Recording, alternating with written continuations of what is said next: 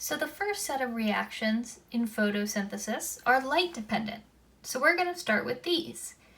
And these reactions occur at the thylakoid membrane, which if we zoom in on our chloroplast, you're going to see those thylakoid membranes right there.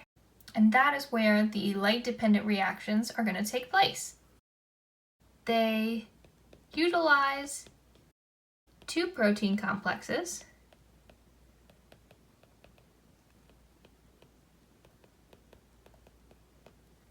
Photosystem 1 and Photosystem 2.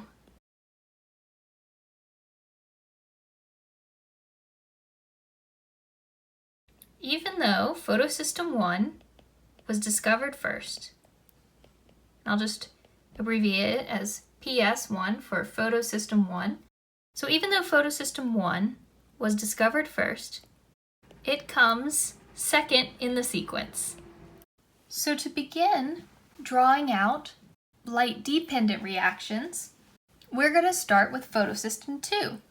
I'm going to draw a little bit of the thylakoid membrane and then draw in what looks like one of our protein channels. I'm leaving a space. I'm going to draw in another one of those protein channel looking things and continue with the thylakoid membrane. And to provide some context, we're saying that this is the outside of the thylakoid. This is the thylakoid membrane itself, so that's circular, flattened pancake. And this over here is the thylakoid space. And as a reminder, these photosystems are protein complexes. So imagine that this is your flat surface of your membrane of your thylakoid. What's going to happen is a bunch of these proteins are kind of sitting in a row. I'm not going to keep drawing them out. I'm going to draw them like this. But you have a bunch of these proteins seated in kind of a circular formation. So what you'll see is in like the flat surface of the thylakoid membrane, there is a almost like column, like a straw or a pore. And that's imagining that we took this, we flipped it, and I'm trying to draw it partially 3D, partially not 3D. So we're saying like slit the straw down the long side in half to open it up and show you what's going on. Photosystem 2 requires sunlight. So we'll draw in our sun. And though you may have learned about light being wave-like in other science courses, especially physical science, we can also consider light to be particle-like as well. So I'm going to draw in light as particles. These particles are called photons, not to be confused with protons.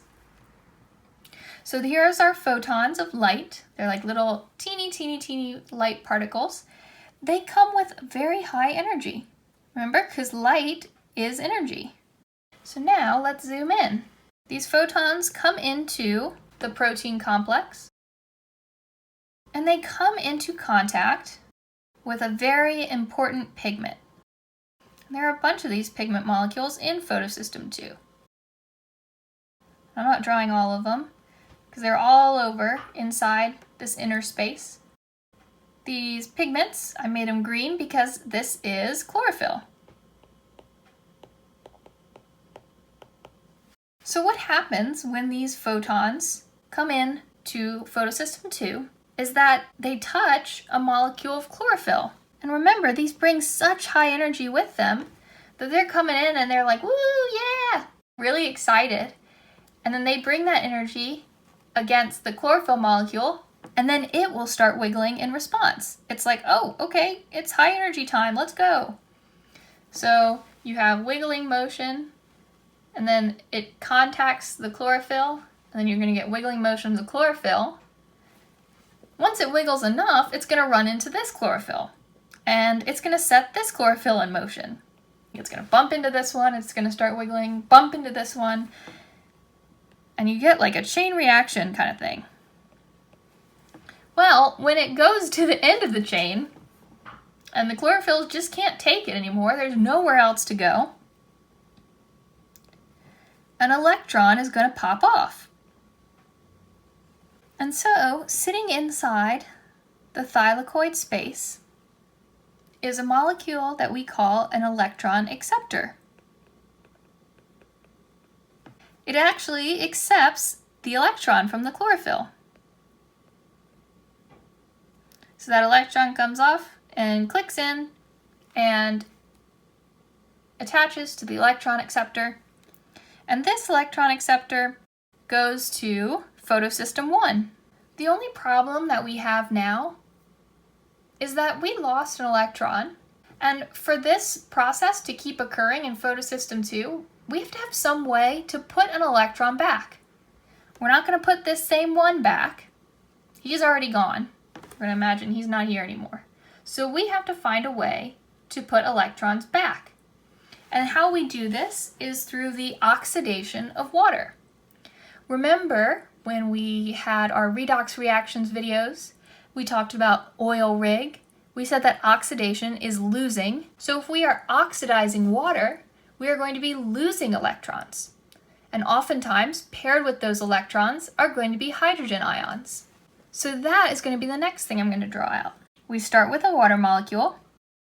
It has its hydrogens, but photosystem 2 needs electrons a little bit more. So electrons from the water are going to be replenished to photosystem 2. When we move our electrons over, we've also moved over some hydrogen ions. And if you take the hydrogen ions away from H2O, you're left with oxygen, which likes to pair together. So you're going to have O2. So to replenish the electrons that have been taken by the electron acceptor after the chlorophylls got so excited, we need to oxidize water and cause it to lose electrons, which is paired with the loss of some hydrogen ions. Those go to photosystem 2, and we're left with oxygen, one of those byproducts of photosynthesis.